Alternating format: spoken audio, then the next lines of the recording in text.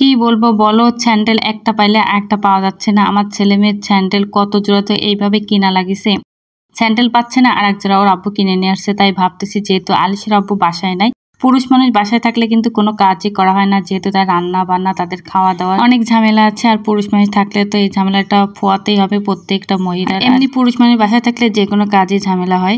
আর যেহেতু স্যান্ডেল একটা পরলে আর একটা খুঁজে পাওয়া যাচ্ছে না, আজকে দেখবো কয় জোড়া আছে আর কয় জোড়া নাই সেগুলো দেখবো। আর তোমরা এই ব্লগটা সম্পূর্ণ দেখো, দেখলেই বুঝতে পারো। আর আমার মেয়েকে বলেছি সব স্যান্ডেল নিচে ফেলে দিতে, ওর তো স্যান্ডেলগুলো সব নিচে ফেলে দিয়েছে। ফেলানোর পর আমি কিন্তু এই নিচের এই বক্সগুলো দেখেছো কি পরিমাণে বালি, সব বক্সগুলো আমি কিন্তু খুব সুন্দর করে মুছে নিয়েছি। তারপর আমি মুছার পর আমি সুন্দর করে এখন সাজিয়ে আমি সবাইকে স্যান্ডেলের বক্সটা কিন্তু ভাগ করে দিয়েছি। তারপরও কি জানো, ভাগ থাকে না, এটার মধ্যে ওটা ঢুকাই দেয়, মেয়ে করে মেয়ের মধ্যে আমারটা ঢুকাই দেয় স্যান্ডেল, আমার স্যান্ডেল করে কি আলিশার আব্বুর জুতার মধ্যে ঢুকাই দেয়। ভীষণ ঝামেলা করে, ছেলে মেয়ে না বুঝলে আসলে হবে না।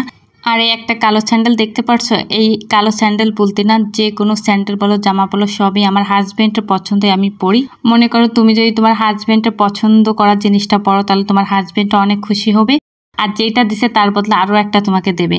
আর আমার ক্ষেত্রে হয় কি, আমার হাজবেন্ড সবকিছু আমার পছন্দ করে দেয়। এমনও জিনিস হয়েছে ওর ওই জিনিসটা পছন্দ হয়েছে, আমার পছন্দ হয়নি, আমি কখনো বলি না যে আমার আসলে ওইটা পছন্দ হয়নি। তারপর কি হবে জানো, মনের থেকে উঠে যাবে, তখন আর চয়েস করতে যাবে না, তারপরে পছন্দ করতে যাবে না, বলবে তোমার যেটা ভালো লাগে তুমি সেইটাই করো, এইভাবে ছেড়ে দিবে।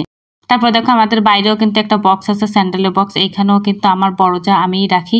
তারপরে এখানে কয়টা স্যান্ডেল রয়েছে আমাদের, আমার জুতো, তারপরে এই স্যান্ডেল জুতো বলো যাই বলো না কেন সবই আমার হাজবেন্ডের চয়েসেই পরি আমি। এখানে একটাও মানে আমার চয়েসে নেই, সবকিছু আমার হাজবেন্ডের চয়েসে। স্যান্ডেলগুলো সব সুন্দর করে গুছিয়ে নিয়েছি। আর দুপুরে রান্না হবে পাঙ্গাস মাছ। পাঙ্গাস মাছ আমার খুব পছন্দের একটি মাছ, তোমরা তো যারা ভিডিও দেখো সবসময় তারা অবশ্যই জানো।